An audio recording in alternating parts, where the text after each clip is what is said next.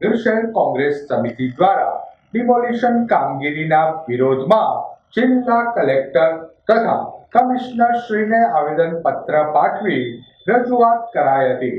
ભાવનગર મહાનગરપાલિકાના સત્તાધીશો દ્વારા સિટી બ્યુટિફિકેશનના ઓઠા હેઠળ ગટેચી નદીના પટમાં વસતા હજારો ગરીબ પરિવારોને ડિમોલિશન અંગેની નોટિસો અપાઈ હતી.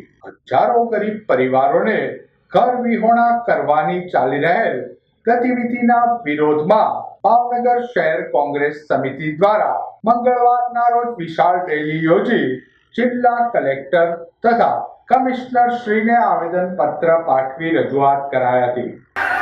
જસુનાથ સર્કલ ખાતેથી યોજાયેલ રેલીમાં શહેર કોંગ્રેસ પ્રમુખ હિતેશભાઈ વ્યાસ, મહાપાલિકા વિપક્ષના નેતા ભરતભાઈ બુધેલિયા સહિત અન્ય આગેવાનો, સ્થાનિક રહીશો બહોળી સંખ્યામાં જોડાયા હતા.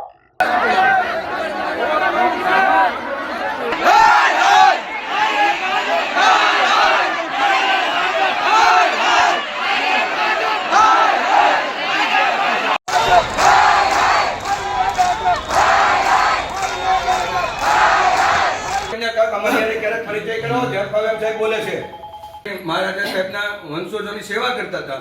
જૂનો પેલેસ એટલે સરિતા સોસાયટી એ આપેલું છે. એની પાસે દસ્તાવેજ કઈ રીતે હોય? મહારાજા સાહેબ પાસે દસ્તાવેજ આપણે માંગીએ કે કઈ રીતે યોગ્ય છે? યુવરાજ સાહેબ પાસે દસ્તાવેજ માંગીએ પેલેસ તમારા બાપુએ કોને તમને દસ્તાવેજ કરી દીધો તો યુવરાજ સાહેબ દસ્તાવેજ આપે તમારા બાપુની માલિકીની છે. 8 કિલોમીટર ઓપન ડ્રેનેજ ચાલુ કોઈ હિન્દુસ્તાનમાં ગામ નહીં હોય. આટલી ગંદકીમાં ગરીબો આટલું સહન કરે છે. આ ઠંડીમાં 2-3 વર્ષના બાળકોથી લઈને 80-90 વર્ષ સુધીના માણસો ત્યાં રહે છે. એને 7 દિવસમાં ઘરબાર વગરના કરી નાખો ને. હજારો સ્ત્રીઓને માન મર્યાદાનો સવાલ ક્યાં રહેશે? ક્યાં બધા નાવા ધોવા જશે? સીધા ઘર તોડી નાખવાની નોટિસ 7 દિવસમાં આપી દેવાની. આ લોકો આપને પૂછતા હશે, હું માનું છું, પણ થોડુંક આપ ઇન્ટરફિયર કરો, એ લોકોને અટકાવો. નીચેના માણસોને તો રાજકીય દબાણ હશે, પણ આપને તો સાહેબ કાયદા પ્રમાણે ચાલવું જોઈએ ને. કાયદાની 2 કલમ લખી છે, એ બંને કલમ આમાં લાગુ નથી પડતી. કોઈ પણ રીતે એપ્લિકેબલ નથી. શું કામ ખોટી નોટિસો? ગરીબ માણસોને વાંચતા ન આવડે, કાયદા ન આવડે એટલે દુરુપયોગ કરવાનો કાયદાઓનો.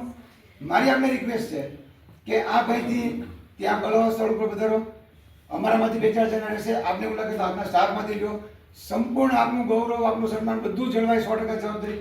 એકવાર આપની આંખે આવીને જુઓ ત્યાં કે આ ગરીબોના ઘર લઈ લેવા જેવા છે, અથવા તો આ નાળાને 5 ગણું પહોળું કરવું જરૂરી છે. શું કામ 5 ગણું પહોળું કરવું છે? બ્યુટિફિકેશનના નામે જે શરૂ કર્યું 20 વર્ષ પહેલા, એ હજી પૂરા નથી કરતા. રોડ 20 વર્ષથી ચાલે. ભાવનગર અમદાવાદના રોડ 22 વર્ષથી ચાલે છે. તમારા પૈસા વાપરો તો ત્યાં વાપરો, ત્યાં માણસો મરી જાય છે. એટલે સાહેબ, કોઈ પણ પરિસ્થિતિમાં અત્યારે તો અમે આપને રજૂઆત કરવા આવ્યા છીએ અને વિનંતી કરવા આવ્યા છે. બાકી આ 1,000 મકાનો હોય કે 5,000 મકાનો હોય, ભાવનગરના ગરીબો સાથે અમે ઊભા જ છીએ.